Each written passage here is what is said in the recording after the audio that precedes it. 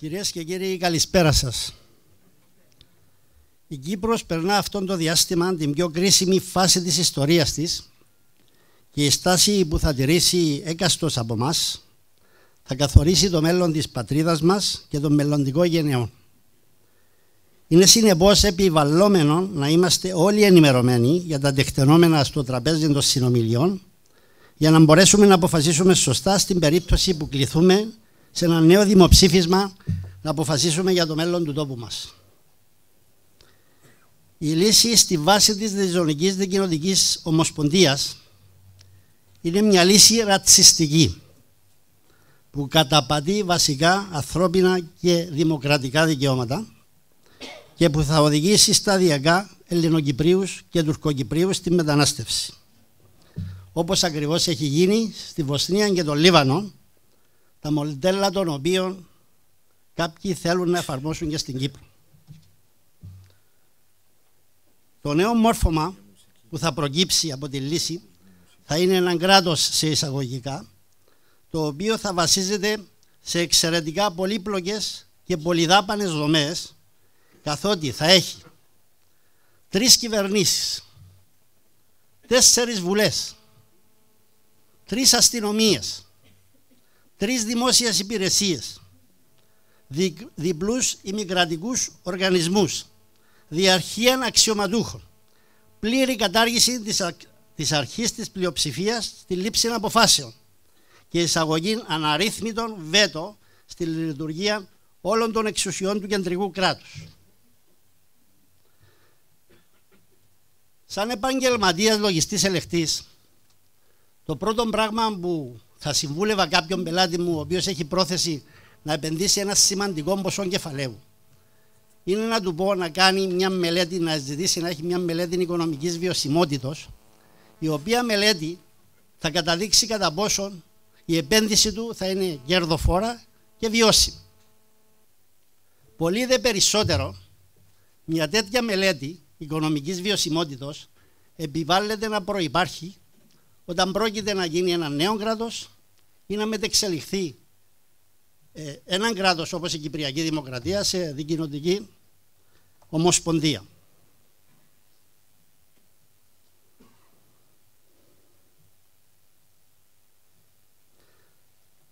Συζητώντας τις οικονομικές πτυχές του νέου μορφώματος με έγκριτους οικονομολόγους και απλούς πολίτες που έχουν στοιχειώδη γνώση περί οικονομικών, καταλήγω σε σοβαρέτατες επιφυλάξεις κατά πόσον η προτινόμενη λύση της Διζωνικής Δικοινοτικής Ομοσπονδίας θα είναι οικονομικά βιώσιμη. Πριν από αρκετούς μήνες έστειλα γραπτώς εμπεριστατωμένες απόψεις για το θέμα της οικονομικής πτυχής της λύσης τόσο στον Πρόεδρο της Δημοκρατίας όσο και στον Υπουργό Οικονομικών και στους πριτάνεις των 2 κρατικών πανεπιστήμιων, οι οποίοι οφείλουν να κάνουν έρευνα. Αυτός είναι ο ρόλος των πανεπιστημίων και όχι να βγάζουν επιστήμονες μόνο. Και ζήτησα να τοποθετηθούν πάνω σε αυτά τα επιχειρήματα. Αυτή η επιστολή είναι αυτούσια αυτή που πήρατε εκεί στην είσοδο. Δεν θα μπορέσω, δεν υπάρχει ο χρόνος να την αναπτύξω, αλλά είναι πάρα πολύ χρήσιμο να ανατρέξει κανείς και να δει για 10 κυρίως λόγους οικονομικής υφής ότι το μόρφωμα που θα προκύψει θα είναι εθνισυγενές. Ακόμα και αν πετύχουμε τις καλύτερες λύσεις στη πτυχή την πολιτική, που είναι η πτυχή του εδαφικού, της ασφάλειας και του συνταγματικού, το κράτος αυτό θα καταρρεύσει, γιατί η οικονομία είναι επιστήμη. Η πολιτική είναι χωράφι γενικής βοσκής. Η οικονομία λέει έναν και έναν κάνουν 2 και δεν έχει μα αλλά, όπως στην πολιτική. Συνεπώς η οικονομία δεν λήφθηκε υπόψη όλα τις δεκαετίες τώρα που συζητούμε για το Κυπριακό, για να μπορέσουν να πείσουμε με επιστημονικά επιχειρήματα ότι η Ομοσπονδία, τόσο μικρή χώρα είναι η Κύπρος και τόσο μικρή οικονομία που δεν μπορεί να λειτουργούν 2 οικονομίες. Για να μην σας κουράσω με τις λεπτομέρειες της οικονομικής πτυχής, θα μπορούσατε να ανατρέξετε αυτό το εχειρίδιο που άφησα εκεί και να τα διαπιστώσετε με περισσότερη λεπτομέρεια. Η απόψινή συζήτηση θα έχει 2 ενότητες. Η πρώτη ενότητα περιλαμβάνει τις εισηγήσεις των δύο ομιλητών και η δεύτερη ενότητα τις ερωτήσεις που θα υποβληθούν από μέρους σας και τις τοποθετήσεις από αυτών των ομιλητών. Θα δώσω πρώτα τον λόγο στον κύριο Πάνο Ιωαννίδη, νομικό επιχειρηματία και πρόεδρο της κίνησης Ελευθερία και Δικαιοσύνη στην Κύπρο, για να μας αναπτύξει το θέμα Κυπριακή Δημοκρατία, παύλα ο άμεσος κίνδυνος και η ορθή πορεία. Και στη συνέχεια στον Πανεπιστημιακό και Στρατηγικό Σύμβουλο κύριο Νίκο Λικερών, που μας τιμά ιδιαίτερα που είναι μαζί μας και τον ευχαριστούμε, που θα μας αναπτύξει το θέμα στρατηγική και ενεργειακή Κύπρος ενάντια στις ψευδοδιαπραγματεύσεις. Κύριε Ιωαννίδη, έχετε τον λόγο. Κυρίες και κύριοι, αγαπητοί φίλοι, καλησπέρα σε όλους. Ευχαριστώ τον αγαπητό φίλο Όμηρο Αλεξάνδρου για την τοποθέτησή του σε ένα θέμα που κατέχει καλά και για την προθυμία του να συντονίσει τη σημερινή εκδήλωση. Ευχαριστώ τον πολύ εκλεκτό συνεργάτη Νίκο Λικερό για την πολύτιμη συμμετοχή του και σε αυτό τον κύκλο εκδηλώσεων της κίνησης για ελευθερία και δικαιοσύνη στην Κύπρο, που ολοκληρώνεται σήμερα στη Λεμεσό. Χθες είμαστε στη Λευκοσία και προχθές στη Λάρνακα. Ιδιαίτερα ευχαριστώ τον κάθε ένα από εσάς προσωπικά που βρίσκεστε απόψε εδώ για να μιλήσουμε αποκλειστικά και μόνο για το μέλλον της Κύπρου. Μακριά από κομματικές και προσωπικές σκοπιμότητες. Και σας ευχαριστώ από τα βάθη της καρδιάς μου, γιατί η αίθουσα αποδείχθηκε μικρή. Το δικό μου θέμα είναι ο άμεσος κίνδυνος που διατρέχει η Κυπριακή Δημοκρατία και ποια είναι η ορθή πορεία. Αγαπητοί μου φίλοι, κατά τις τελευταίες μέρες αυτή η ομιλία άλλαξε επανειλημμένα λόγω των καταιγιστικών εξελίξεων που εμφανέστατα πλέον στοχεύουν στο να προκαταλάβουν όλους μας, δημιουργώντας το ψυχολογικό δεδομένο ότι άλλη λύση εκτός από την διζωνική δικοινοτική ομοσπονδία δεν υπάρχει. Και ότι καλά κάνουμε να σιωπήσουμε όλοι και να ακολουθήσουμε τις εντολές του Προέδρου της Δημοκρατίας. Εμείς λέμε όχι. Εμείς λέμε ότι οι συμβουλές, οι εντολές, οι υποσχέσεις και οι απειλές που ήδη ακούμε είναι κάλπικες. Ότι αυτοί που μας τις απευθύνουν απλώς ανέλαβαν και εκτελούν από χρόνια τώρα μια συγκεκριμένη και καταστροφική για το κράτος μας αποστολή. Και ότι υπάρχει υπαλλακτική πορεία για ορθή κατάληξη στο θέμα της Κύπρου. Αρκεί ο λαός να αντιληφθεί την δύναμη που έχει και να απαιτήσει από την ηγεσία αυτά που πρέπει. Τα μηνύματα πλέον έγιναν πολύ πιο απλά, αλλά και πολύ πιο σκληρά.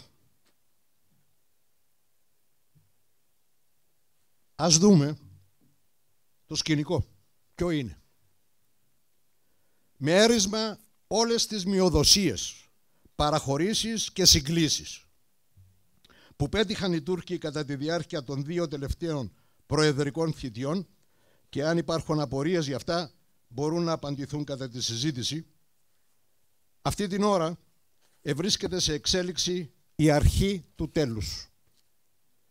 Πριν από 8 μέρες, ο αντιπρόεδρος της Τουρκίας, ο κύριος Τουρκές, δήλωσε ότι οι Τούρκοι θεωρούν την κατεχόμενη Κύπρο ως μέρος της Τουρκίας, που όμως για την ώρα θα παραμείνει ξεχωριστό κράτος.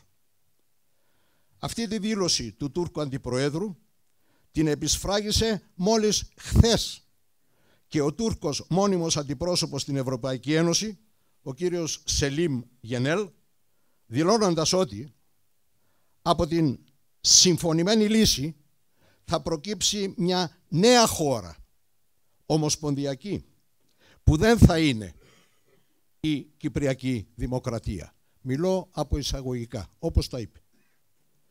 Με αυτές τις δηλώσεις οι Τούρκοι επιβεβαιώνουν επίσημα και κατηγορηματικά την κύρια πρόβλεψη και αγωνία μας, όπως δημόσια την εκφράζουμε κατά τα τελευταία πολλά χρόνια.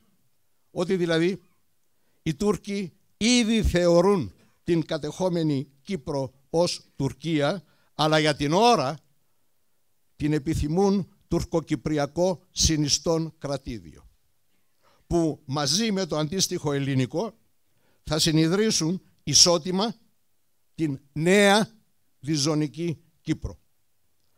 Και δεν προσαρτούν τώρα την κατεχόμενη Κύπρο στην Τουρκία για να μπορούν μέσω του ευρωπαϊκού πλέον τουρκοκυπριακού κρατηδίου να διοχετεύουν στην Ευρωπαϊκή Ένωση τις δικές τους θέσεις, χωρίς καν η Τουρκία να είναι κράτος μέλος της Ευρωπαϊκής Ένωσης, αλλά και για να κατακλείσουν μέσω του διζωνικού καθεστώτος ολόκληρη την Κύπρο με κουβαλητούς, να εθνοκαθαρίσουν Έλληνες και Τούρκους Κυπρίους, και τότε με απόλυτη πλέον τουρκική πλειοψηφία να προσαρτήσουν ολόκληρο το νησί στην Τουρκία. Γιατί να προσαρτήσουν τώρα το μισό?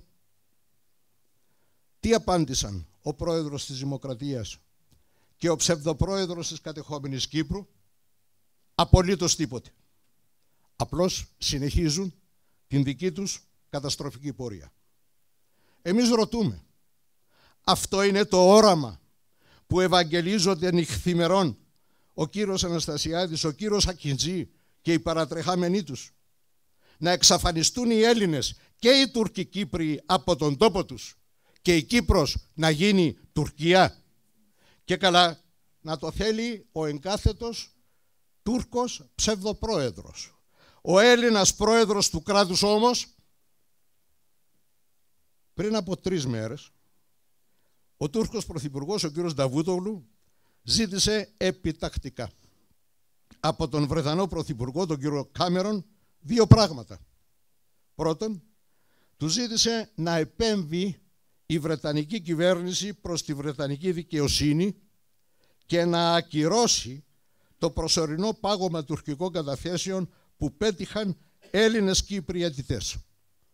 Και δεύτερον, του ζήτησε επίγουσα σύγκληση 5μερούς διεθνούς διάσκεψης για το Κυπριακό με συμμετοχή της Τουρκίας, της Αγγλίας, της Ελλάδας και των 2 κοινοτήτων της Κύπρου, δήθεν για να συζητηθεί το θέμα των εγγυήσεων.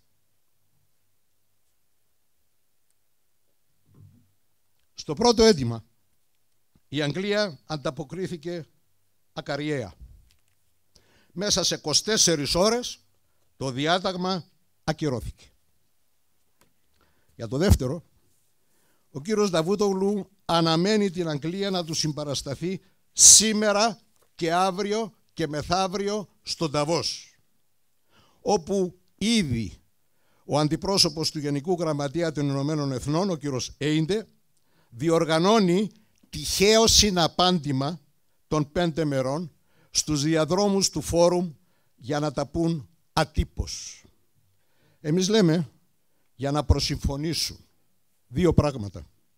Πρώτον, το χρονοδιάγραμμα του σχεδίου λύσης διζωνικής δικοινοτικής ομοσπονδίας.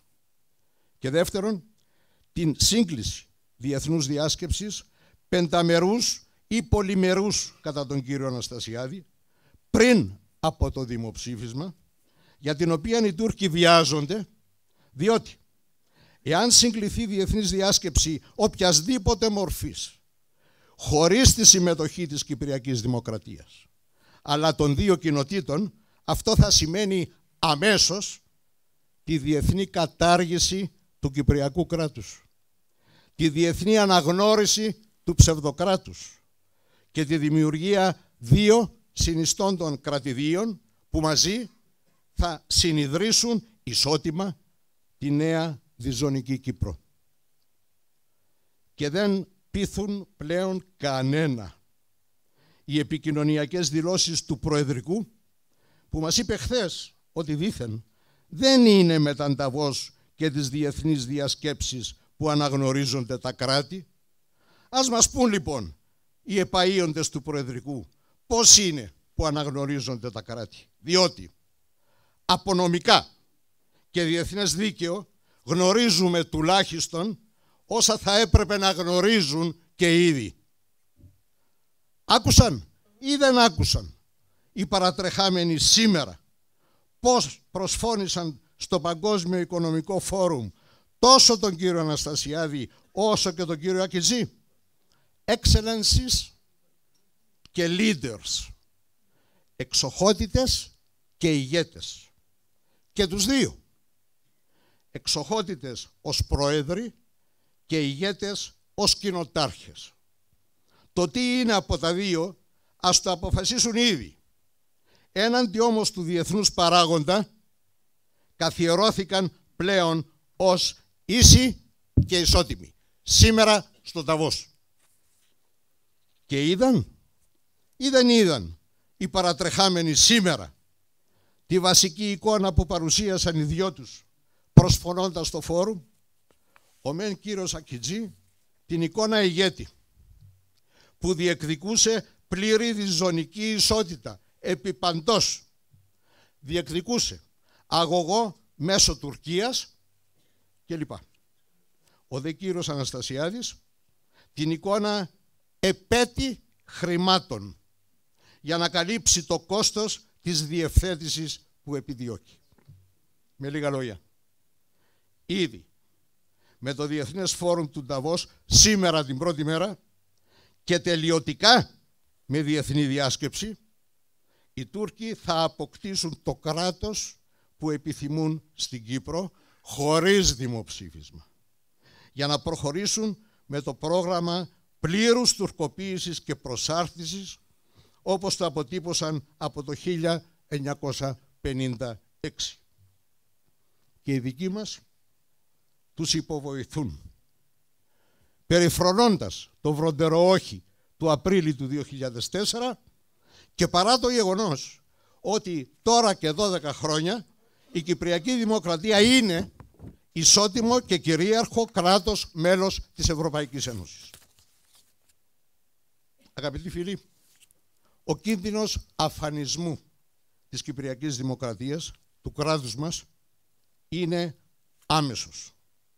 Ήδη ο Τούρκος ψεύδο-πρόεδρος αναβαθμίζεται διαρκώς, διακηρύττει παντού τις τουρκικές θέσεις, ενημερώνει δημόσια για τα όσα επιτυχάνει μέσα από τις δικές μας μειοδοσίες και εμφανίζεται εντός και εκτός Κύπρου ως ίσος πρόεδρος, εφόλης της ύλης.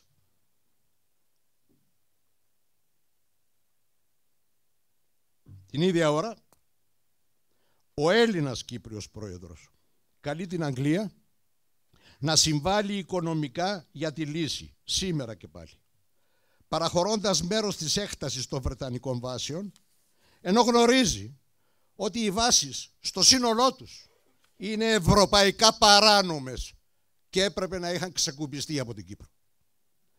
Ο Έλληνας Κύπριος Υπουργός Εξωτερικών μιλά για αναλύωτο status quo στη Βόρεια Κύπρο. Ούτε καν κατεχόμενη δεν τη λέει.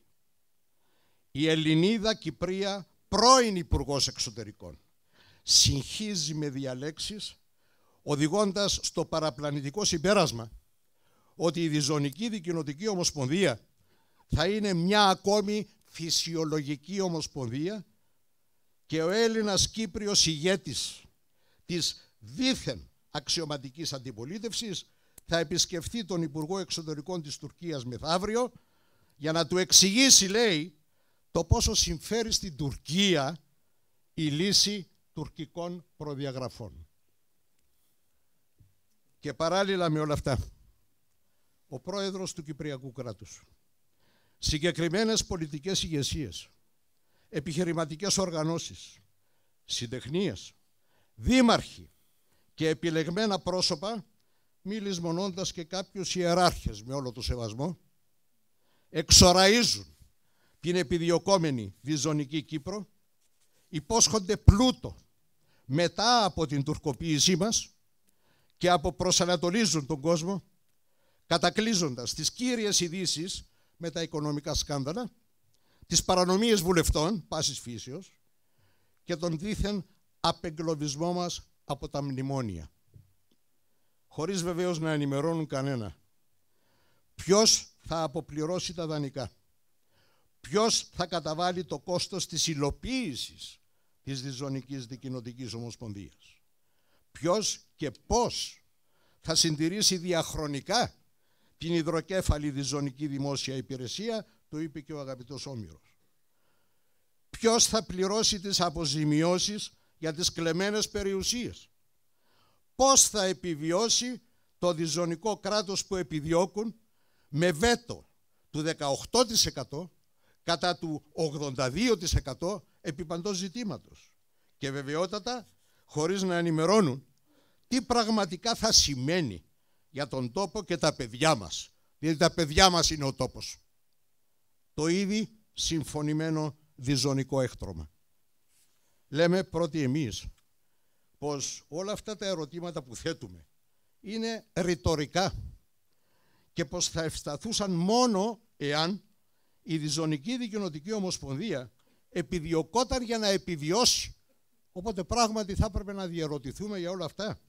Όμως η Διζωνική Κύπρος επιδιώκεται για να μην επιβιώσει, αλλά για να καταρρεύσει, να τουρκοποιηθεί το νησί και να γίνει Τουρκία.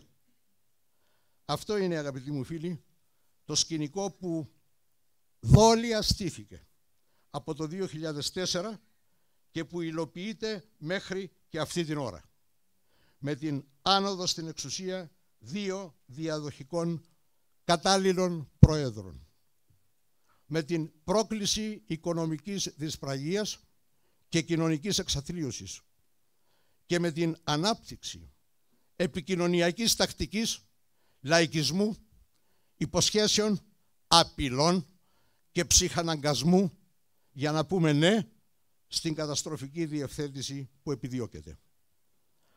Από όσα λέχθηκαν, ας κρατήσουμε μόνο την απειλή της διεθνούς διάσκεψης για να τονίσουμε ότι αποτελεί το πρώτο μισό του άμεσου κινδύνου που διατρέχουμε. Αυτό το κομμάτι του κινδύνου, το πρώτο μισό, μπορεί να το εξουδετερώσει μόνον ο λαός, απαιτώντας, όχι πίσω από την τηλεόρασή μας, διαφορετικά. Απαιτώντας λοιπόν όχι σε διεθνή διάσκεψη πριν από το δημοψήφισμα, διότι τα δύο κράτη θα είναι πλέον γεγονός με την διάσκεψη και η αξία του δημοψηφίσματος θα είναι μηδενική. Το υπόλοιπο μισό του άμεσου κινδύνου είναι να πάθουμε ό,τι πάθαμε και το 2004. Να φτάσουμε στο δημοψήφισμα που έρχεται με αλόβητη την Κυπριακή Δημοκρατία, να πούμε βεβαίως ένα βροντερό όχι, διότι αυτό είναι που θα πούμε, αλλά το ζήτημα να παραμείνει ανοιχτό.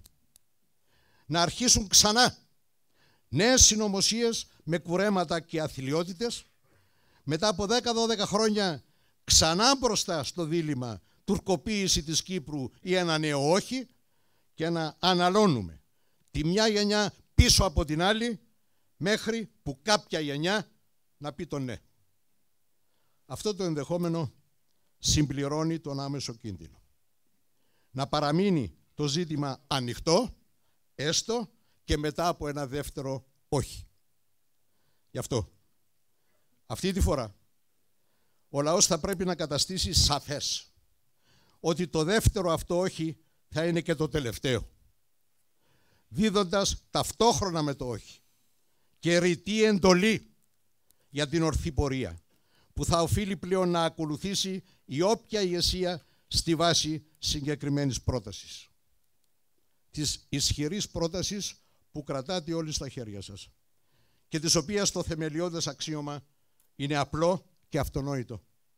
Εξέλιξη που θα καταργεί το κυρίαρχο ευρωπαϊκό κράτος της Κυπριακής Δημοκρατίας δεν συζητείται.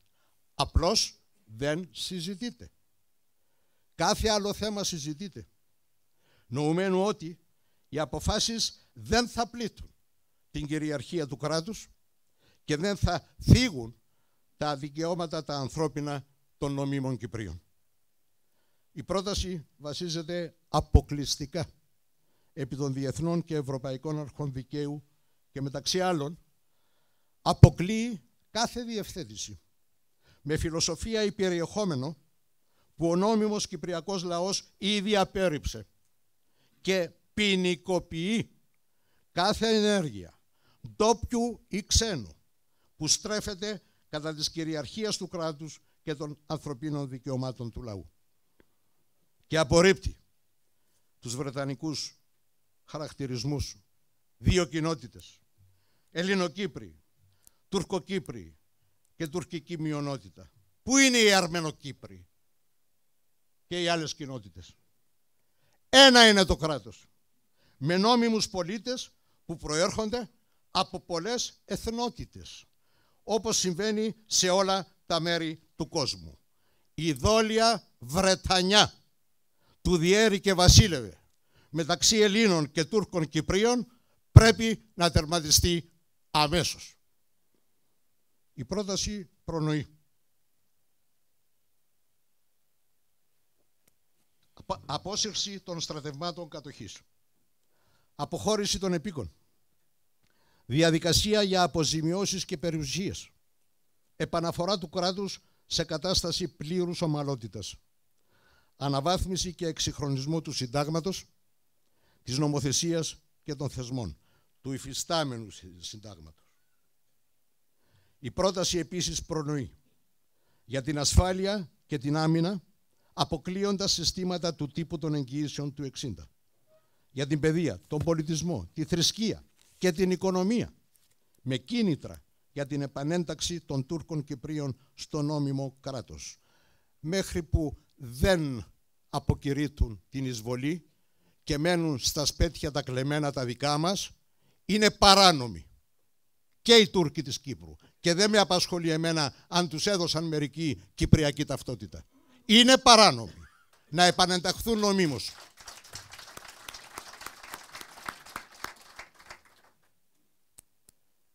Η πρόταση επίσης προνοεί για τα συμφέροντα των άλλων χωρών στην περιοχή, τα οποία προσεγγίζει θετικά, χωρίς όμως εκπτώσεις στην κυριαρχία και στα νόμιμα συμφέροντα της Κυπριακής Δημοκρατίας, περιλαμβανομένων βεβαίως και των κυριαρχικών δικαιωμάτων μας επί της Κυπριακής Αποκλειστικής Οικονομικής Ζώνης, της ΑΟΣ.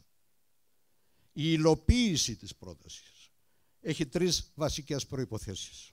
Πρώτον, η πρόταση πρέπει να καταστεί αταλάντευτος διαχρονικός σκοπός του Προέδρου και της νόμιμης κυβέρνησης της Κυπριακής Δημοκρατίας. Αυτή πρέπει να είναι η ρητή λαϊκή εντολή, από την οποία δεν μπορεί να βγει κανένας ηγέτης.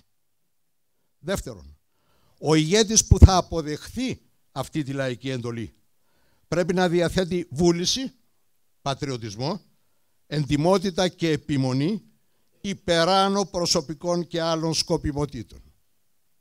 Και τρίτον, η κυβέρνηση που θα υλοποιήσει την πρόταση θα πρέπει να επεξεργαστεί όλες τις παραμέτρους και να καταλήξει σε επίσημη πρόταση της Κυπριακής Δημοκρατίας, να διαμορφώσει πολύπλευρη στρατηγική υλοποίησης, να ζητήσει την έγκριση της πρότασης από το λαό σε ένα κοινό δημοψήφισμα και να καταθέσει την πρόταση στην Ευρωπαϊκή Ένωση και στον Οργανισμό Ηνωμένων Εθνών, τεκμηριώνοντας την ορθότητά της με το ισχυρότατο επιχείρημα πως οτιδήποτε άλλο συμβεί στην Κύπρο είναι απότοκο της παράνομης εισβολής και κατοχής και συνεπώς είναι ευρωπαϊκά και διεθνώς παράνομο και απορριπταίο.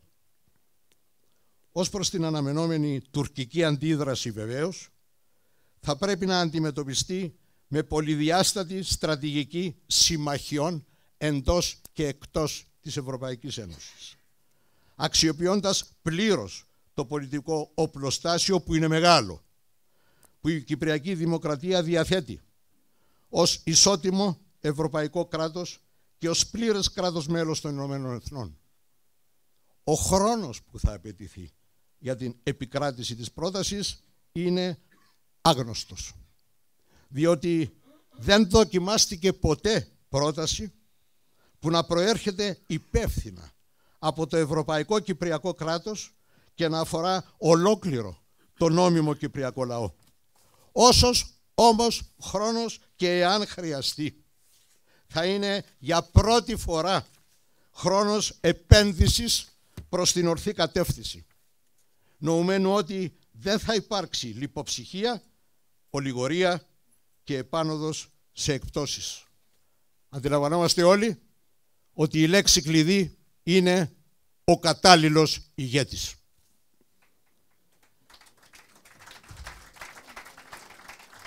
Κυρίες και κύριοι, αγαπητοί μου φίλοι, εάν ο Κυπριακός λαός δώσει αυτή την απαράβατη εντολή προς τον ηγέτη του κράτους μας, η πρόταση θα αποδειχθεί ως η νόμιμη, έντιμη, αξιοπρεπής, δίκαιη και βιώσιμη κατάληξη για το θέμα της Κύπρου.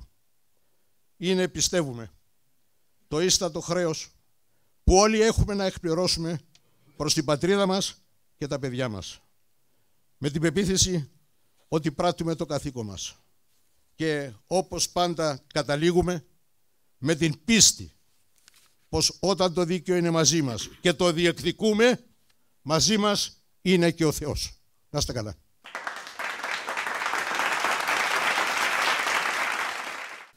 Το λόγο θα έχει τώρα ο κύριος Λιγερός για να μας αναπτύξει το θέμα στρατηγική και ενεργειακή Κύπρος ενάντια στις ψευδοδιαπραγματεύσεις. Ο κύριος Λιγερός είναι πανεπιστημιακός, στρατηγικός σύμβουλος και καθηγητής γεωστρατηγικής, τοποστρατηγικής και χρονοστρατηγικής.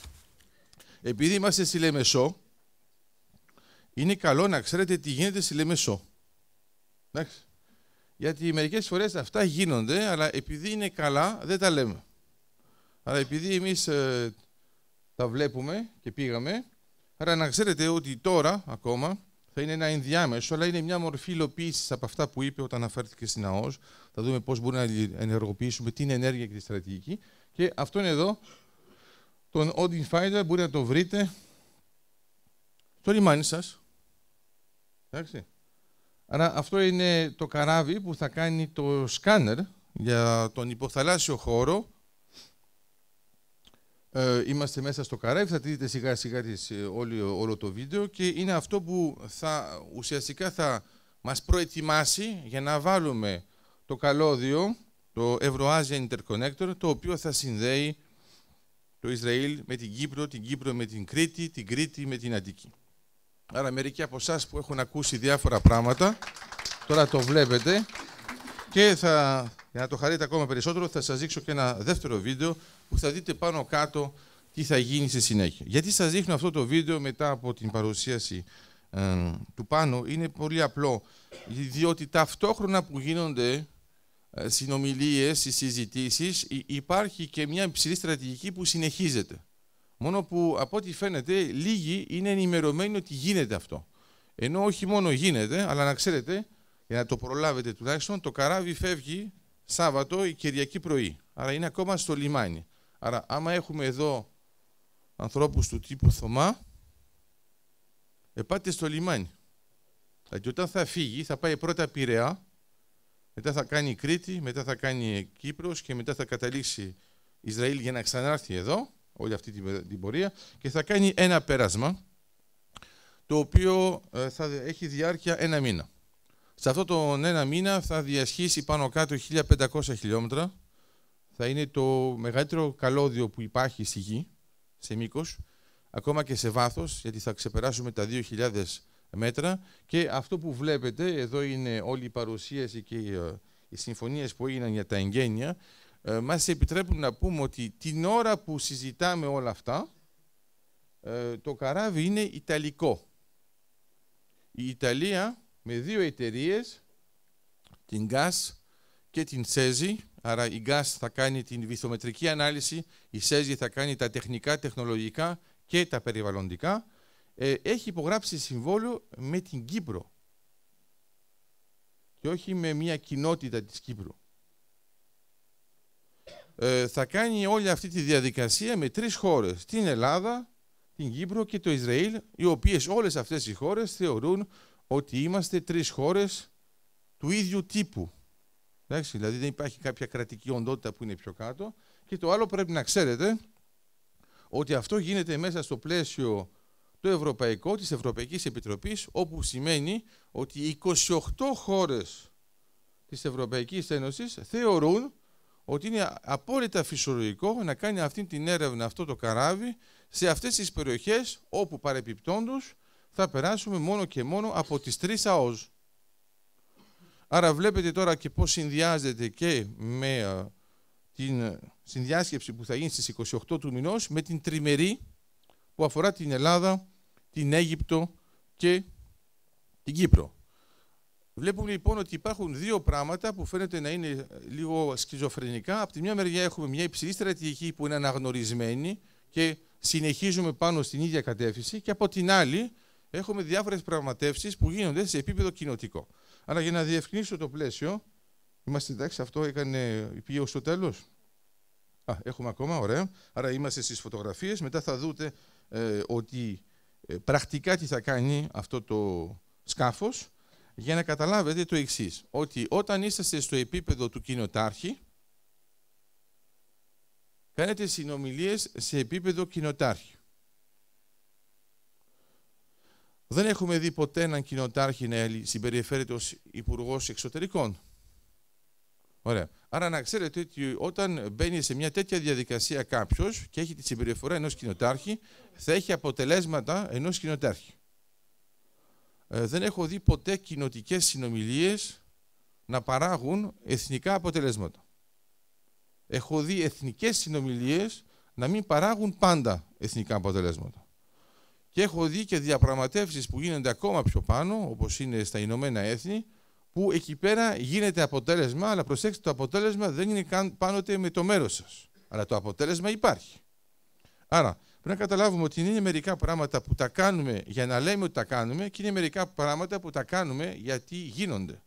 Άρα, εδώ είμαστε εντάξει, τώρα είμαστε μέσα στο καράβι, αλλά αυτό είναι λίγο πιο τεχνικά. Τώρα θέλω να σας δείξω την πορεία αυτού του καλωδίου. Άρα, φανταστείτε, άμα εδώ έχει λιγότερο φως, θα είναι καλύτερο. Αν γίνεται. Δύσκολο. Με το κεφάλι που έκανες ήταν δύσκολο, κατάλαβα. Λοιπόν, το αφήνουμε το φως, κοιτάζετε καλά.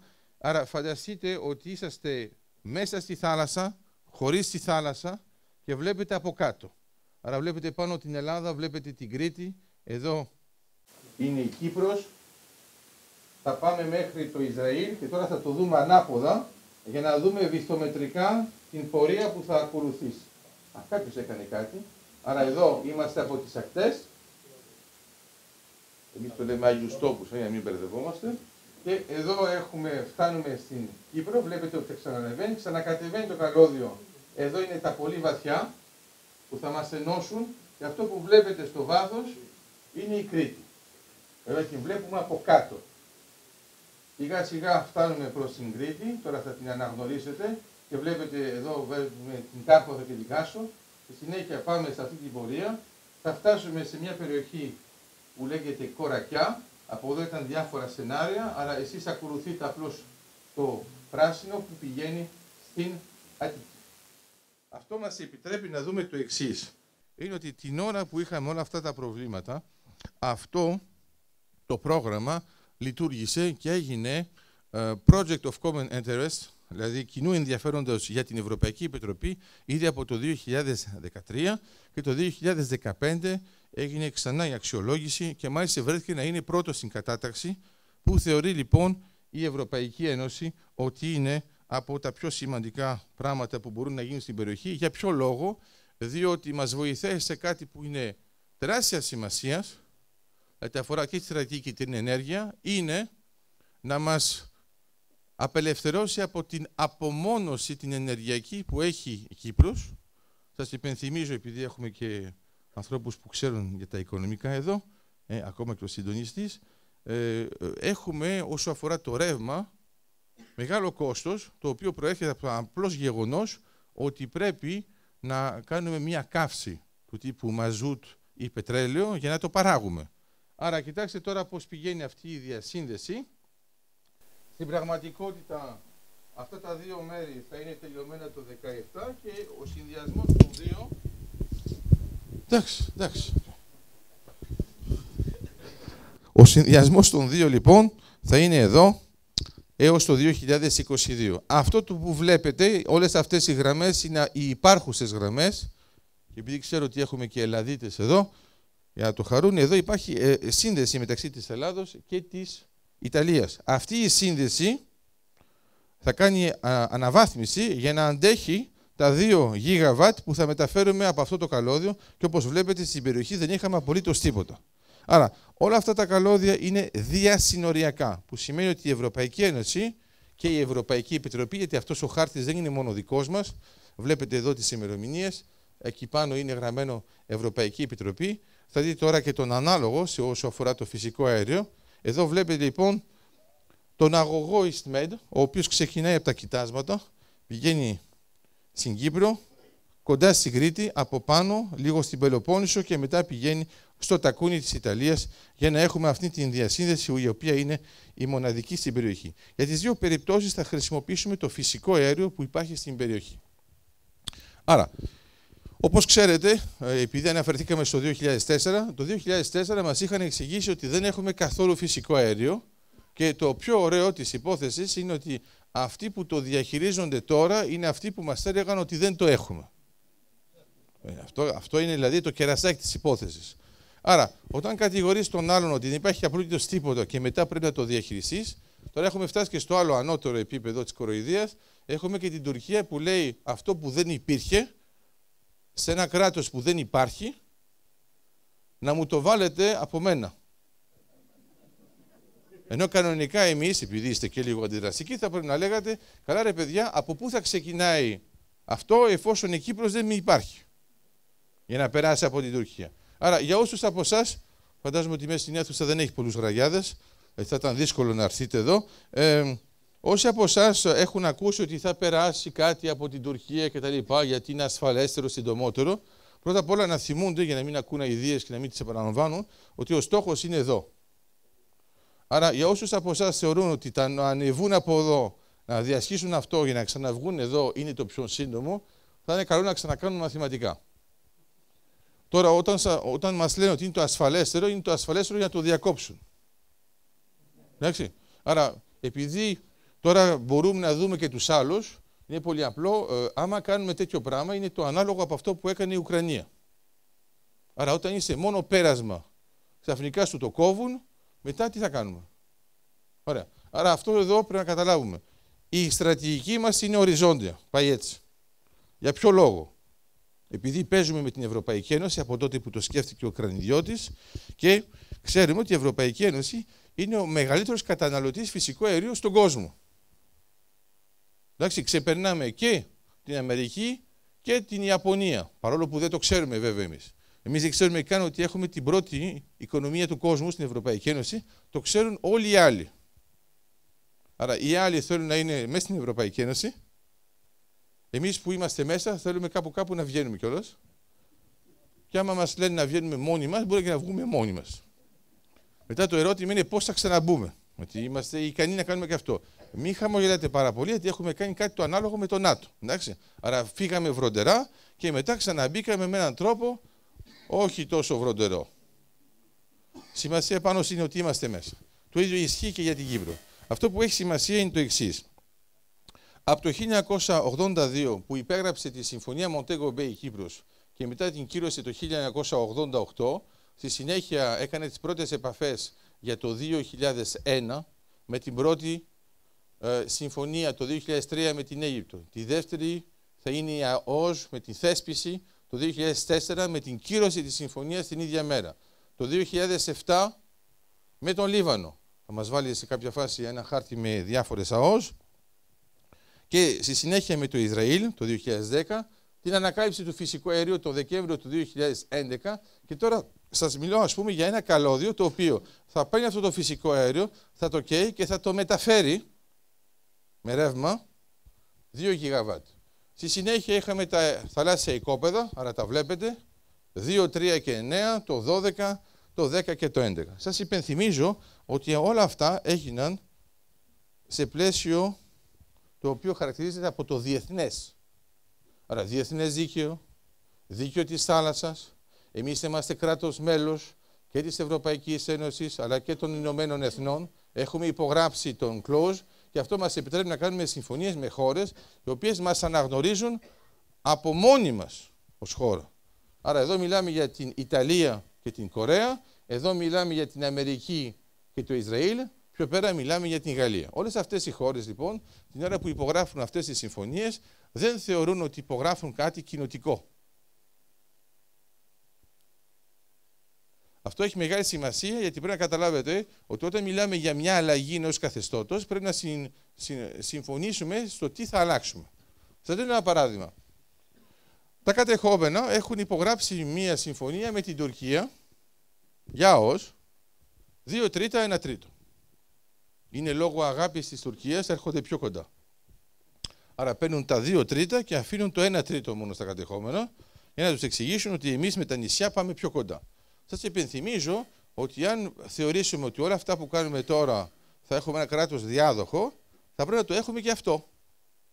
Άρα παντού θα έχουμε κάνει μέση γραμμή, μέση γραμμή, μέση γραμμή και εκεί πέρα 1 τρίτο επειδή κάποιος θα το έχει υπογράψει από πριν. Θα σας πληροφορώ όμως ότι όσο αφορά τα Ηνωμένα Έθνη, έχουμε 2 ψηφίσματα του ΟΗΕ που απορρίπτουν την οντότητα των κατεχομένων στο να έχει την ικανότητα να κάνει υπογραφές. Άρα δεν έχουμε καμία δέσμευση. Απλώς το θέμα δεν έχουμε καμία δέσμευση ούτε νομική ούτε θεωρητική, εκτός όπως θα λέει ο Πάνος, εκτός να συμφωνήσουμε μόνοι μας. Γιατί πρέπει να ξέρετε ότι αυτό άμα περάσει και μετά το περάσουμε σε δημοψήφισμα θα πει ότι εμείς συμφωνούμε. Άμα συμφωνούμε είναι να είμαστε εντάξει όλοι. Το πρόβλημα ποιο είναι? Είναι ότι στην πραγματικότητα και όταν βγάλαμε τα θαλάσσια οικόπεδα, ήδη από το 2007, σας υπενθυμίζω ότι όλα αυτά τα χρόνια η Τουρκία δεν κατάφερε ποτέ να μας επηρεάσει.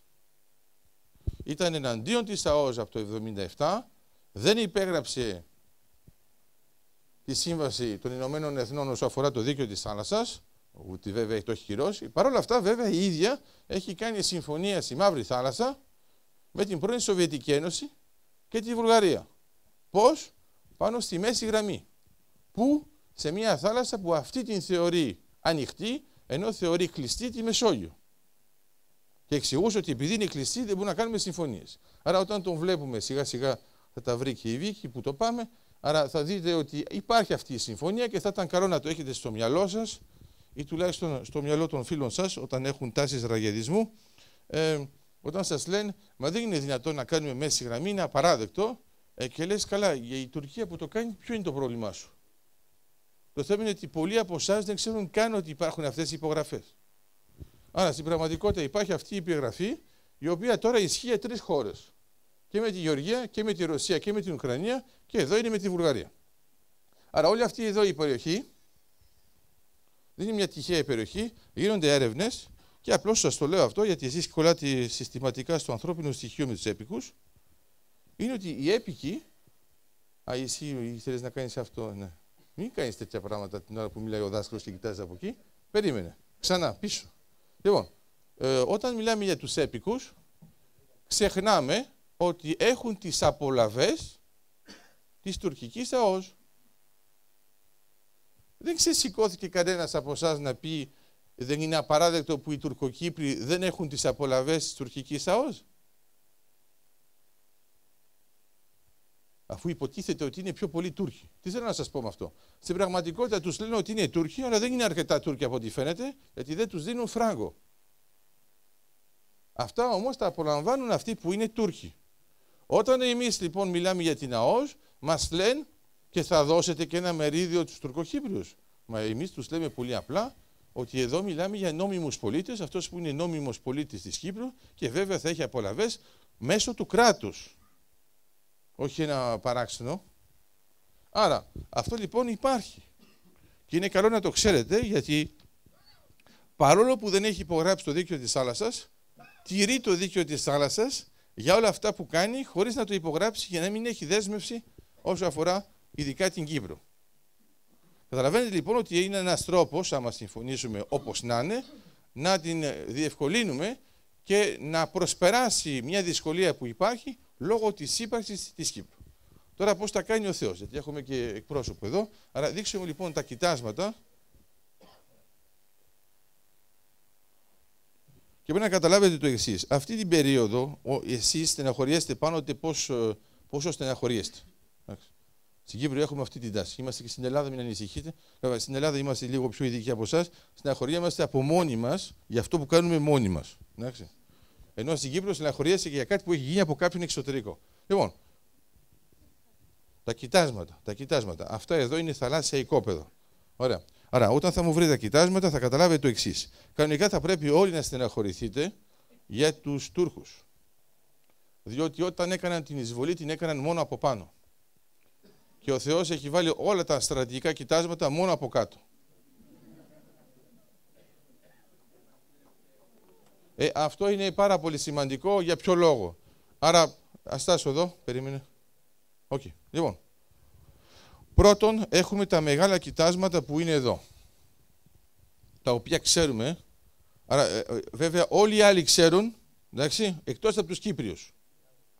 Οι 33 εταιρείες που έρχονται να κάνουν γεωτρήσεις εδώ, αυτές ξέρουν ότι υπάρχουν κοιτάσματα και είναι της αξίας των 1,43. Το λέω 3 για να είναι πιο φιλικό και να μην το... Και τελικά εμείς έχουμε την εντύπωση στην Κύπρο ότι έχουμε μόνο το θαλάσσιο οικόπεδο Αφροδίτη. Εντάξει, σαν κοίτασμα. Θα σας υπενθυμίσω ότι ακόμα και αν έχουμε μόνο αυτό, αυτό προσφέρει 550 εκατομμύρια το χρόνο για 25 με 30 χρόνια. Από μόνο του. Χωρίς να κάνουμε τίποτα για ένα πράγμα το οποίο δεν πιστεύαμε καν ότι υπάρχει το 2004. Άρα, αυτό είναι το πρώτο μέρος. Πάνω κάτω είμαστε εδώ.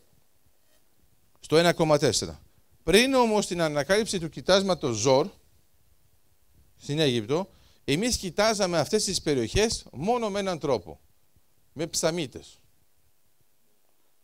Είναι σαν καπάκια, εντάξει, είναι το υλικό και προσπαθούσαμε να βρούμε πού είναι καπάκια όταν έχουμε μια παραγωγή από φυσικό αέριο, έτσι ώστε να έχουμε ένα κοίτασμα το οποίο να είναι γνήσιο και την ώρα της γεώτρησης να έχουμε τα νέα αποθέματα. Άρα σας υπενθυμίζω ότι παρόλο που υπήρχε το κοίτασμα Ταμάρ το 2009 στην περιοχή της ΑΟΣ του Ισραήλ, στη συνέχεια το Λεβιάθαν το 2010, μετά το δικό μας το 2011, τώρα το 2015 βρέθηκε το κοίτασμα Ζορ, το οποίο όμως το κοίτασμα Ζορ είναι από άλλη κατηγορία.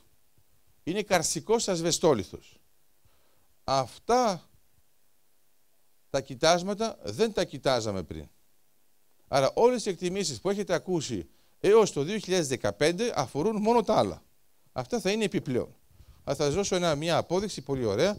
Βλέπετε εδώ ότι η Κύπρος, άρα όλοι μάθατε ότι το κοίτασμα Ζόρ είναι πολύ σημαντικό και όλοι στεναχωρηθήκατε γιατί ήταν ακριβώς δίπλα από εμάς. Εντάξει. Άρα αυτό είναι το χιούμορ κυπριακό, είναι ότι όταν είναι μέσα στο δικό σου δεν το πιστεύεις, όταν είναι λίγο απ' έξω το πιστεύεις και νευριάζεις. Άρα, όταν είναι εδώ λοιπόν λέμε αφού είναι στην Αίγυπτο σίγουρα είναι σωστό. Η Αίγυπτος άλλαξε κατά 40% την ενεργειακή της δυνατότητα και από καταναλωτής έγινε εξαγωγέας. Με μία γεώτρηση. Έχει κάνει 1.500 γεωτρήσεις. Εμείς ξέρουμε, εμείς κάνουμε 4 και είμαστε στεναχωρημένοι γιατί βρίσκουμε μόνο μία στις 4. Γιατί βρήκαμε με την πρώτη στην πρώτη και λέμε θα είναι έτσι κι άλλες. Μπορεί. Δεν είναι έτσι. Άρα, όταν βρήκαμε λοιπόν το κοίτασμα Ζορ, αντιληφθήκαμε ότι υπάρχουν και άλλες περιοχές που έχουν. Και στην Ελλάδα. Το κοίτασμα Ζορ δεν είναι γιγαντιαίο, είναι υπεργιγαντιαίο. Άρα είναι 2 φορές μεγαλύτερο από το Λεβιάθαν, που ήταν το παγκόσμιο ρεκόρ. Εντάξει. Άρα για όσους δεν τα πιάνουν κατευθείαν με τους υδρογονάνθρακες και τους μπερδεύουν με τους υδατάνθρακες, φανταστείτε λοιπόν ότι έχετε το παγκόσμιο ρεκόρ, ας πούμε πηδάτε τόσα μέτρα και έρχεται ο άλλος και πηδάει το διπλάσιο, όχι λίγο πιο πάνω από εσάς, που αυτό αποκλείεται να το δείτε. Εδώ το είδαμε. Άρα Πώς εξηγείται αυτό? Δείξε μου εικόνες με τον καρστικό ασβεστόλιθο πριν, όχι αυτό είναι που του στεναχωρεί. Άρα, ο καρστικός ασβεστόλιθος είναι έτσι.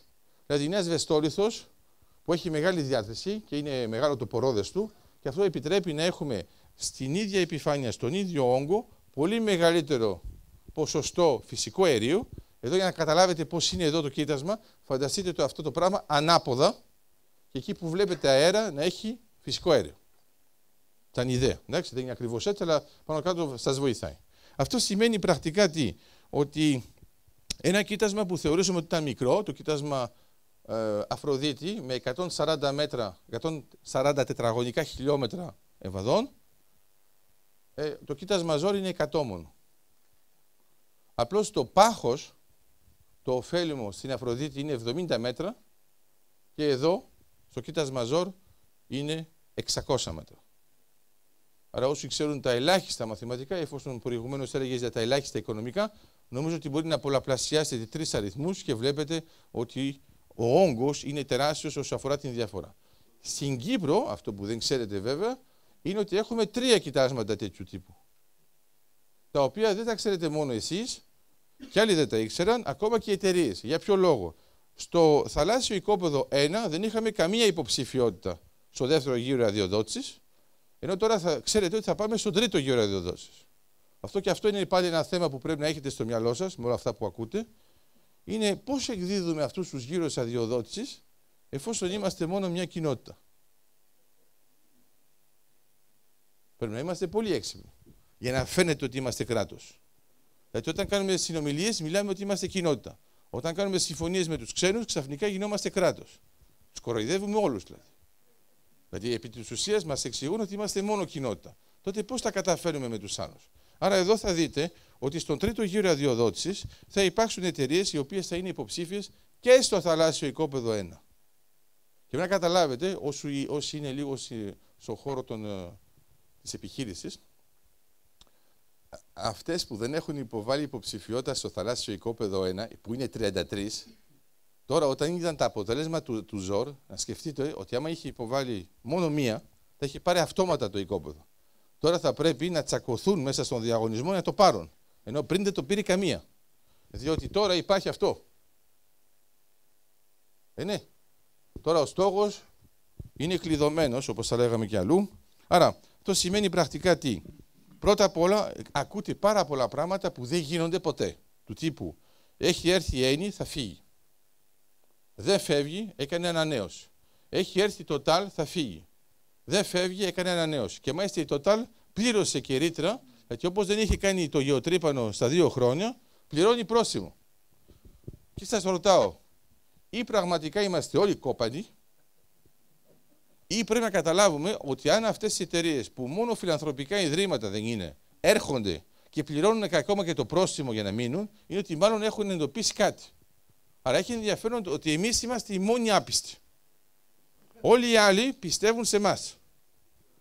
Άρα πρέπει να καταλάβουν λοιπόν τι γίνεται, ότι αυτά τα πράγματα είναι χειροπιαστά και είναι τα μόνα που αλλάζουν τα δεδομένα σε τόσο μεγάλο μέγεθος.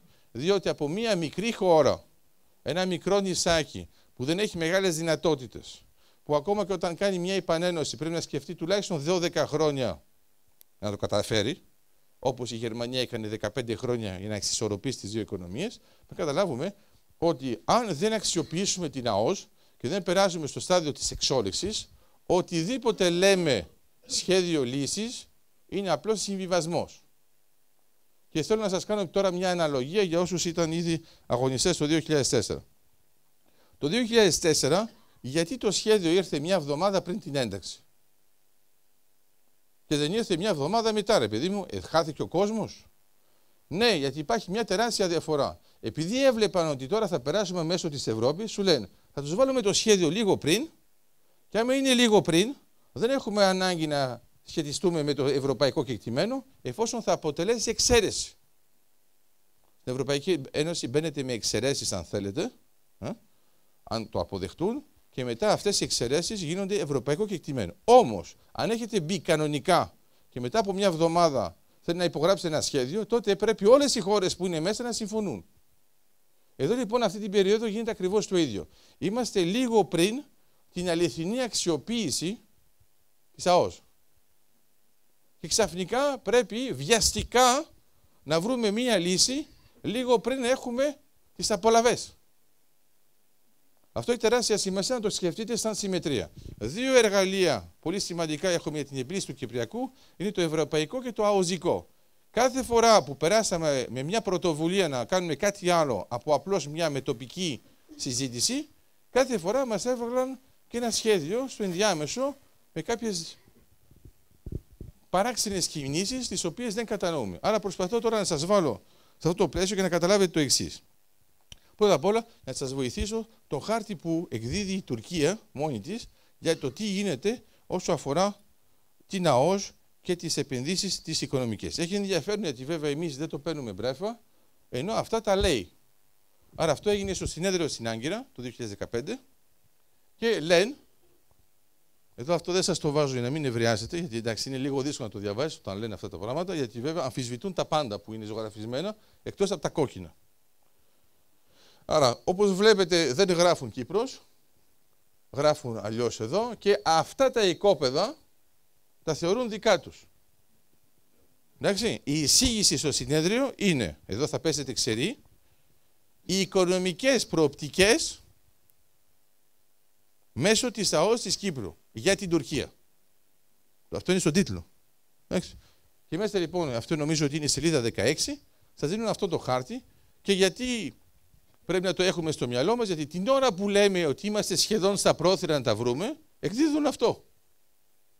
Για να βρούμε τι ακριβώς. Αυτά τα οικόπεδα πώς μπορεί να τα δικαιολογήσετε. Ακόμα κι αν είστε μπουμπουνιέρες, μπορεί να δικαιολογήσετε μέχρι εδώ. Αλλά από εδώ και πέρα έχετε ένα θέμα. Γιατί και να ήταν δύο οντότητες, ας το πούμε έτσι. Πώς μπορεί μια οντότητα που είναι από πάνω να έχει οικόπεδα από κάτω. Δεν υπάρχει πουθενά αυτό. Εντάξει. Άρα θέλω να σας πω ότι στην πραγματικότητα τι γίνεται. Αποφεύγουμε να συζητήσουμε στις διαπραγματεύσεις το θέμα το ενεργειακό. Λέμε θα το δούμε. Άρα αποφεύγουμε τις ιδιοκτησίες, αποφεύγουμε το εδαφικό, αποφεύγουμε το ενεργειακό και πάνω κάτω συζητάμε για αυτά που μπορούμε να τα βρούμε. Άρα λίγο ένα νοητικό σχήμα να καταλάβετε πού το πάω. Άμα συζητάτε με κάποιον για θέματα που μπορεί να τα βρείτε, το αποτέλεσμα είναι ότι θα τα βρείτε. Αλλά η επίπτωση θα είναι ότι θα τα βρείτε μόνο σε αυτά. Άμα δεν συζητάτε καθόλου για τα θέματα που είναι δύσκολο να τα βρείτε, είναι πολύ απλό, δεν θα τα βρείτε καθόλου σε αυτά τα θέματα. Θα πρέπει λοιπόν να υπάρχει μια τεράστια υπέρβαση αποδοχής που μπορεί να γίνει με ένα δημοψήφισμα και να πει ο άλλος ταύτισα, θα το κάνω. Εδώ λοιπόν σας το δείχνω αυτό και βλέπετε, μην νομίζετε ότι είναι όπως να είναι, σταματάει εδώ στο 1.8.12, το κοίτασμα Αφροδίτη το βγάζει απ' έξω, σου λένε μην έχω κανένα πρόβλημα σοβαρό, βγάζοντας και τους χάρτες, πηγαίνει λίγο πιο μέσα και ακολουθεί αυτή την πορεία, θεωρώντας ότι εδώ είναι η ζώνη της. Γιατί όμως είναι γελίο? Γιατί εδώ στο 2, 3 και 9 εμείς έχουμε ήδη συμβόλαιο. Και το πιο ασπίστευτο είναι ότι παρόλο που το κάνουν, αυτό είναι η κρατική εταιρεία της Τουρκίας που εκδίδει αυτό το χάρτη. Παρόλο που εμείς έχουμε ήδη το συμβόλαιο με τους Ιταλούς και τους Κορεάτες, ανακοινώνουν ότι είναι δικό τους. Άρα, αυτό το πράγμα θα μου πείτε, μήπως συμπίπτει με αυτά που λέμε με τον Μπαρμπαρός κτλ. Άρα, σας υπενθυμίζω, θα δούμε τώρα δύο ναύτεξ. Είναι μερικοί που λένε, ας πούμε, πώς μπορούν να προστατέψουμε αυτά τα πράγματα. Να θυμάστε ότι μια πλατφόρμα προστατεύεται καλύτερα από ένα κράτος. Διότι κανένας δεν τολμάει να χτυπήσει μια πλατφόρμα εφόσον δεν έχει καθόλου οπλισμό. Όταν βγήκαν με το ναύτεξ, τα ναύτεξ που έβγαλε η Τουρκία 2 για τον Μπαρμπαρός, κάτι που ξεχνάμε είναι ότι εμείς στο ενδιάμεσο είχαμε βγάλει ναύτεξ εδώ. Άρα, ναύτεξ εδώ σημαίνει ότι ήταν για το γεωτρύπανο. Άρα, ακούσαμε διάφορα, ακούσαμε ότι το Μπαρμπαρός έχει μια επιθετική προσέγγιση και θα ενοχλεί στο γεωτρύπανο. Αυτές είναι γελοιότητες που ακούμε από μη ειδικούς, διότι το γεωτρύπανο, όταν υπάρχει, ενοχλεί οποιοδήποτε σεισμικό καράβι στα 20 ναυτικά μίλια. Διότι κάνει τόσο θόρυβο που μετράται μόνο την ύπαρξή του. Δεν μπορεί να μετράται καμία άλλη γραμμή σεισμική. Κατά συνέπεια, το Μπαρμπαρός ήταν μόνο εδώ. Στο δεύτερο δεν πήγε καθόλου, γιατί είχε ένα πρόβλημα, οι Cyclades, και τελικά έμεινε στην Αμμόχωστο. Όταν τα βλέπετε σοβαρά αυτά τα πράγματα, γιατί κάθε φορά όταν λέμε εμείς τα πράγματα θετικά, μας λένε, θυμάσαι πάνω, και η Τουρκία τι θα πει. Είναι πολύ απλό, δεν θα πει απολύτως τίποτα, γιατί δεν λέει ήδη τίποτα. Οι γεωτρήσεις έγιναν εδώ. Το καράβι πήγαινε εκεί. Και τι μας νοιάζει. Εδώ δεν ήταν καθόλου. Δεν ήταν καθόλου κανένα στο 1, κανένα στο 8 και εδώ ήταν οι Ισραηλινοί και οι Αμερικανοί. Εντελώς τυχαία, βέβαια, το καράβι δεν μπήκε ποτέ σε αυτή τη ζώνη. Αναρωτιέμαι για ποιο λόγο. Και εσείς, Ωραία. Άρα, μας εξήγησαν ότι η Eni θα φύγει γιατί φοβήθηκε. Μας εξήγησαν ότι η Total θα φύγει γιατί φοβήθηκε. Τότε το ερώτημα είναι γιατί ανανεώνουν. Άρα πρέπει λοιπόν να καταλάβουμε το εξής. Ότι όσο η Κύπρος παίρνει πρωτοβουλίες και κάνει καλές κινήσεις σε επίπεδο υψηλής στρατηγικής, όχι μόνο δεν έχει να φοβηθεί την Τουρκία, απλώς μπορεί μάλιστα να επιβάλλει, γιατί χρησιμοποιούμε μόνο και μόνο το δίκαιο της θάλασσας και το διεθνές δίκαιο. Δεν κάνουμε τίποτα που καταπατά κανέναν. Άρα, οι συμφωνίες που γίνονται σιγά σιγά δεν αλλάζουν καθόλου με το γεγονός αν το Μπάρμπαρος εμφανιστεί ή όχι.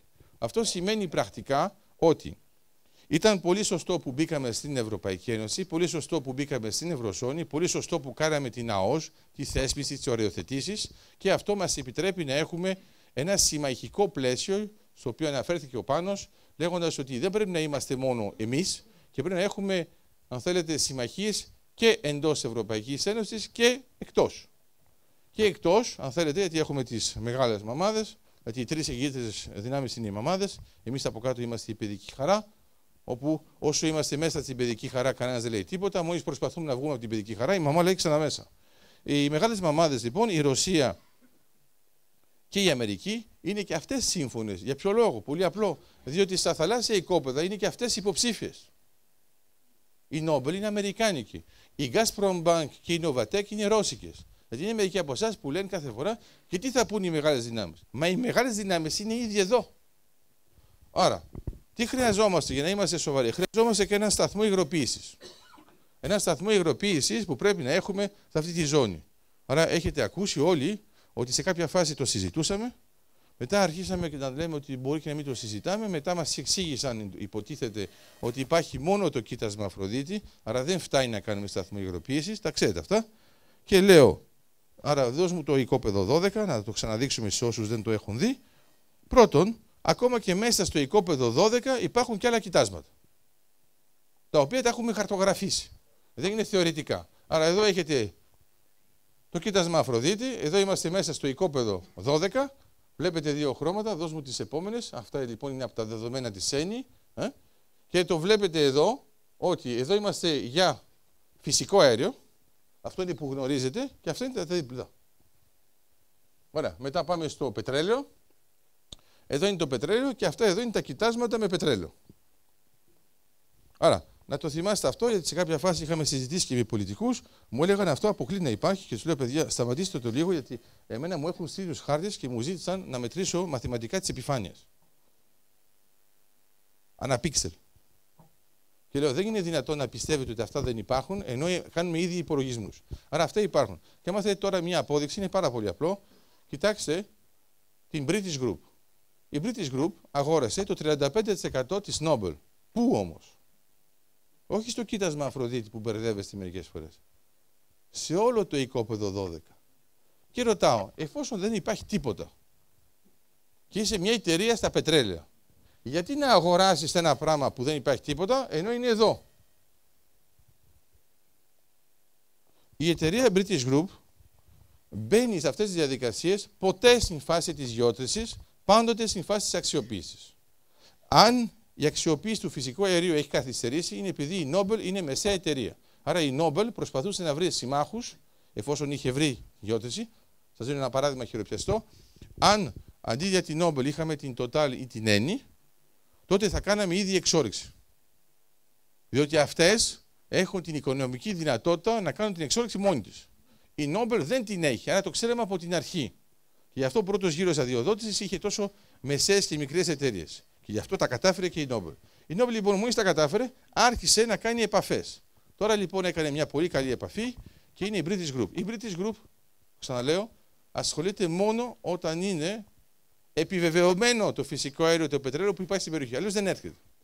Άρα λέω, δεν έχετε ανάγκη να πιστείτε από Κύπριους ή Καλαμαράδες. Κοιτάξτε τι κάνουν αυτοί που έχουν τα λεφτά και που έρχονται. Άρα αυτό που σας λέω, γιατί εγώ σας δείχνω βέβαια τους χάρτες για να εξηγήσω γιατί έγινε αυτή η κίνηση, αλλά αυτή η κίνηση υπάρχει, την έχετε μάθει όλοι. και οι ανανεώσεις για τις οποίες συζητάμε και αυτές τις έχετε μάθει. Αυτό σημαίνει λοιπόν πρακτικά ότι όλοι ξέρουμε ότι παίζεται ένα μεγάλο παιχνίδι το οποίο είναι δηλαδή προς όφελος της Κύπρου, διότι είναι κρατικός φορέας, η ΑΟΣ είναι μόνο κρατική, εθνική, δεν μπορεί να υπεραστεί ούτε από την Ευρωπαϊκή Ένωση, είναι μόνο εμείς, δικό μας, και από την άλλη πλευρά, αν υπάρχει κάτι το θετικό με την Ευρωπαϊκή Ένωση, είναι ότι είπε στο άρθρο 76-77 ότι θα ήταν καλό τα κράτη-μέλη της Ευρωπαϊκής Ένωσης να προωθούν τις αυτόχθονες πηγές ενέργειας. Δηλαδή πάνω κάτω σας λέει, εφόσον είσαι μέσα, μας συμφέρει συνολικά να αγοράζουμε από σένα παρά να αγοράζουμε από κάποιον έξω.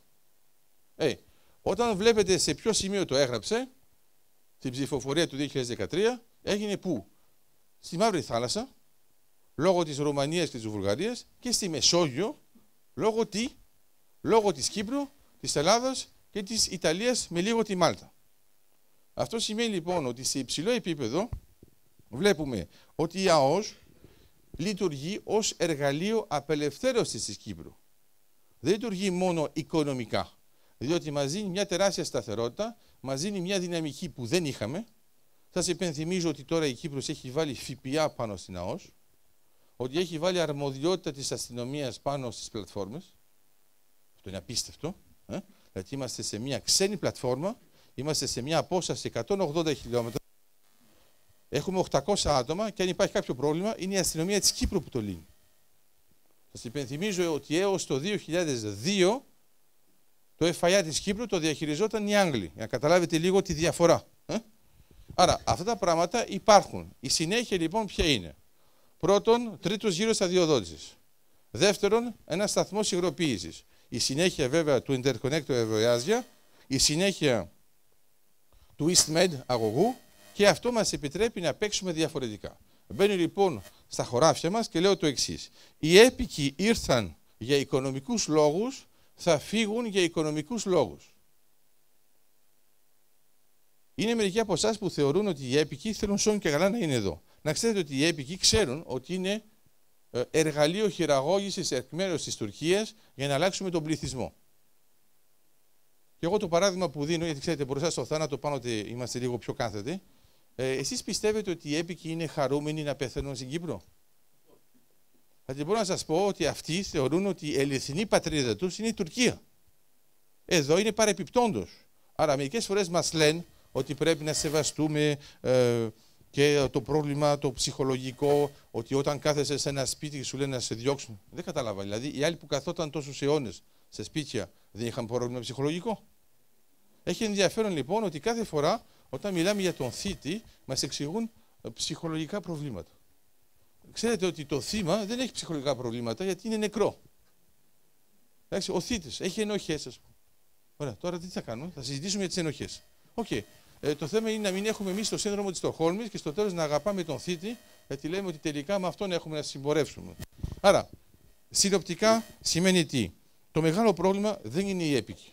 Θα μου πείτε μήπως είναι ο στρατός. Άρα εδώ θα σας βοηθήσω μέσω Ανατολής. Και προηγουμένως άκουγα έναν κύριο που μιλούσε για τη συνθήκη της Ευρών, και να μην νομίζετε ότι εγώ περνάω την ώρα έτσι, ακούω ακόμα και αυτά που λέτε πριν τη διαλέξη. Ναι.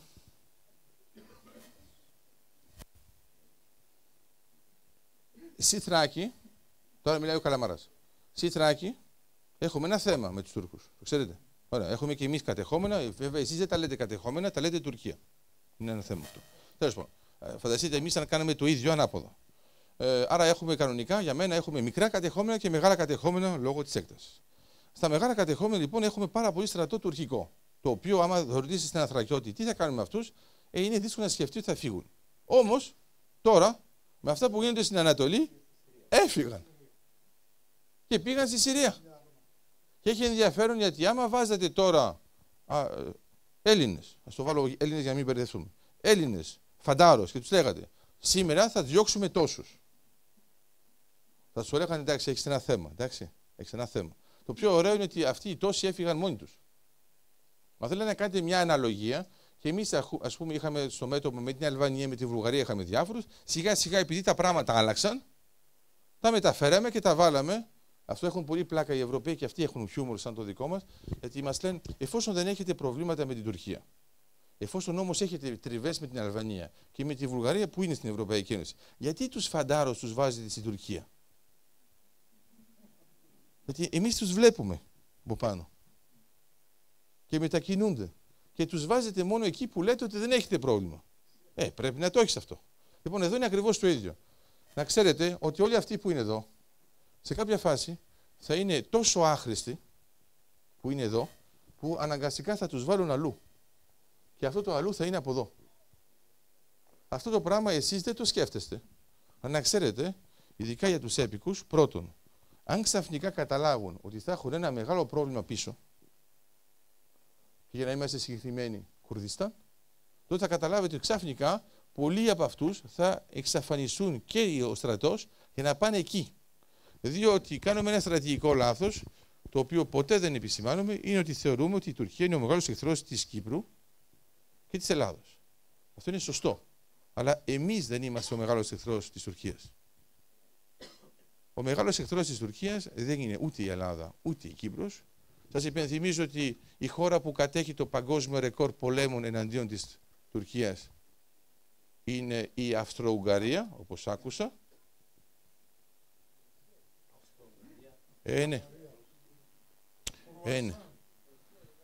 Όχι, κάνετε λάθος. Θα τα κοιτάξετε ξανά, να θυμηθείτε ότι υπάρχουν και 2 πολιορκίες της Βιέννης και όσους πραγματικά έχουν καθυστερήσει όσο αφορά τα ιστορικά, να θυμάστε ότι κάθε φορά που τρώτε ένα κρουασάν είναι η επενθύμηση ότι τρώτε ημισέλινο.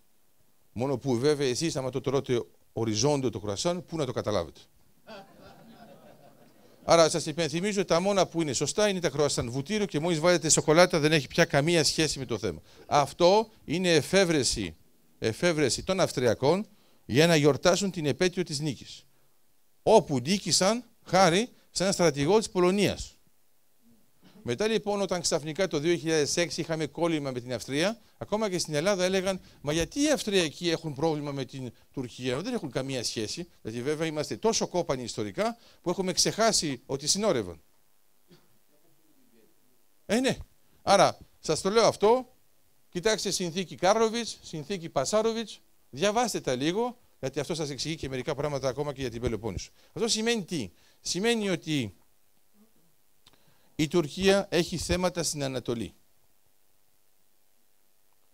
Κατά συνέπεια, αυτό που γίνεται στην Μεσόγειο, με την Ανατολική Μεσόγειο, με όλο το φυσικό αέριο που έρχεται, γιατί πρέπει να καταλάβετε ότι πριν αυτές τις εκτιμήσεις ήμασταν ήδη στα 170 δισεκατομμύρια βαρέλια. Η Σαουδική Αραβία είναι 220. Πρέπει, θέλετε δεν θέλετε, ας το καταλάβετε για όλους τους άλλους εκτός από τους Κύπριους, ότι η Ανατολική Μεσόγειος θα είναι το κέντρο, το ενεργειακό για τη γη για κάμποσα χρόνια. Και όταν λέω χρόνια είναι να μην σας ξαφνιάσω, κανονικά πρέπει να πω δεκαετίες. Αυτό δεν αλλάζει. Και το πρόβλημα ποιο είναι της Τουρκίας? Δεν παίζει καθόλου στην περιοχή. Λόγω της Κύπρου. Δηλαδή όταν λες ότι είσαι μια τεράστια δύναμη και έχεις ένα πιτσουνάκι μπροστά σου και σε εμποδίζει και δεν μπορείς να περάσεις, γιατί θα ήθελες να έχεις μια επαφή με την Αίγυπτο, ποιο είναι το πρόβλημά σου? Προσπαθείς να τα βρεις κάπως αλλιώς να τον παλώσεις για να πεις ότι είσαι και εσύ εκεί. Και ρωτάω κάτι πάρα πολύ απλό. Μπορεί να μου εξηγήσετε γιατί η Τουρκία, εφόσον έχει κρατική εταιρεία πετρελαϊκή, δεν υποβάλλει αίτηση για να λειτουργήσει στα οικόπεδά μας? Είναι ένας τρόπος να λειτουργήσει κανονικότατα. Να έχει απολαβές και να παίζει ρόλο. Μόνο που έχει κάνει ένα λάθος στρατηγικό. Επειδή έχει αναγνωρίσει τα κατεχόμενα ως κράτος, μπερδεύεται τώρα, γιατί πάνω κάτω, μόλις κάνει αυτή την κίνηση, είναι σαν να λέει ότι η Κύπρος είναι όντως κράτος. Όταν όμως έκανε το ανάλογο για την Ευρωπαϊκή Ένωση και είπε εγώ δεν θα κάνω τίποτα με την Ευρωπαϊκή Ένωση και θα παγώσω τις σχέσεις μου όταν η Κύπρος θα είναι στην Προεδρία της Ευρωπαϊκής Ένωσης, είναι πάρα πολύ απλό. Η Ευρωπαϊκή Ένωση την έγραψε κανονικότατα, η Κύπρος πήρε την Προεδρία και πέρασε το εξάμηνο χωρίς να έχουμε τίποτα. Άρα, όταν έχετε μια σταθερή θέση, και αυτό είναι το θέμα της επικοδομητικότητας, προτείνετε πράγματα τα οποία είναι εφικτά, τα οποία όμως τα πιστεύετε και τα διεκδικείτε, τότε θα δείτε ότι ξαφνικά η Τουρκία κάνει πίσω. Διότι τα προβλήματά της είναι αλλού. Τα αληθινά προβλήματα. Τα αληθινά προβλήματα για την Τουρκία είναι οι Κούρδοι, είναι οι Αρμένοι, είναι οι Γεωργιανοί και είναι και οι Αλεβίτες. Αυτά εμείς τα λέμε πάνω κάτω. Όμως πρέπει να ξέρετε, αυτό που γίνεται τώρα με τα πρόσφατα δεδομένα, είναι ότι επειδή εμείς είμαστε χριστιανοί, που αυτό δεν σημαίνει ότι πρέπει να είσαι κόπανος για όλα τα άλλα, γιατί έχουμε και αυτό εμείς, δεν ξέρουμε τι είναι ακριβώς οι Σουνίτες και οι Σιήτες. Τους βάζουμε όλους πακέτο. Δεν ξέρουμε τι είναι οι κατηγορίες. Και τελικά, όταν εμφανίζεται μια τρομοκρατική οργάνωση που αυτή θέλει να τους καθαρίσει όλους, δεν καταλαβαίνουμε ότι έχει εχθρούς και μέσα. Όταν λοιπόν εμφανίζεται ο κύριος Ερντογκάν και λέει εγώ δεν έχω καμία σχέση με την οργάνωση Ντάεσ. Όχι εγώ, ο γιος μου. Όταν βλέπουν λοιπόν ότι αγοράζουν το πετρέλαιο 50% μειωμένο σε σχέση με την κανονική τιμή, ότι το διακινούν σε όλη την Τουρκία, ότι αγοράζουν και πουλούν όπλα. Είναι οι ίδιοι που είναι στο ΝΑΤΟ και υποτίθεται ότι είναι μαζί μας στη συμμαχία για να καταπολεμήσουμε την οργάνωση Ντάεσ. Και ρωτάω, ποιος κοροϊδεύεται από αυτή τη στάση? Το είδατε τώρα τι έγινε με τη Ρωσία μετά την κατάρρευση του Σουκόι 24. Η Ρωσία, να ξέρετε, τα μέτρα που παίρνει τώρα, ούτε στο χειρότερο εφιάλτη σας να πέσουν αυτά στην Ελλάδα ή στην Κύπρο. Εντάξει. Γιατί τώρα μιλάμε για πράγματα, εμείς ξέρετε, πάνω κάτω, οι δικοί μας, ειδικά όταν έχουν χαμηλό δείκτη, θεωρούν ότι άμα μπορούσαν να τους δώσουν μία, ναι, δεν θα τους δώσουν μία. Δεν συμφέρει κανέναν. Αλλά αυτό που θα γίνει είναι χειρότερο.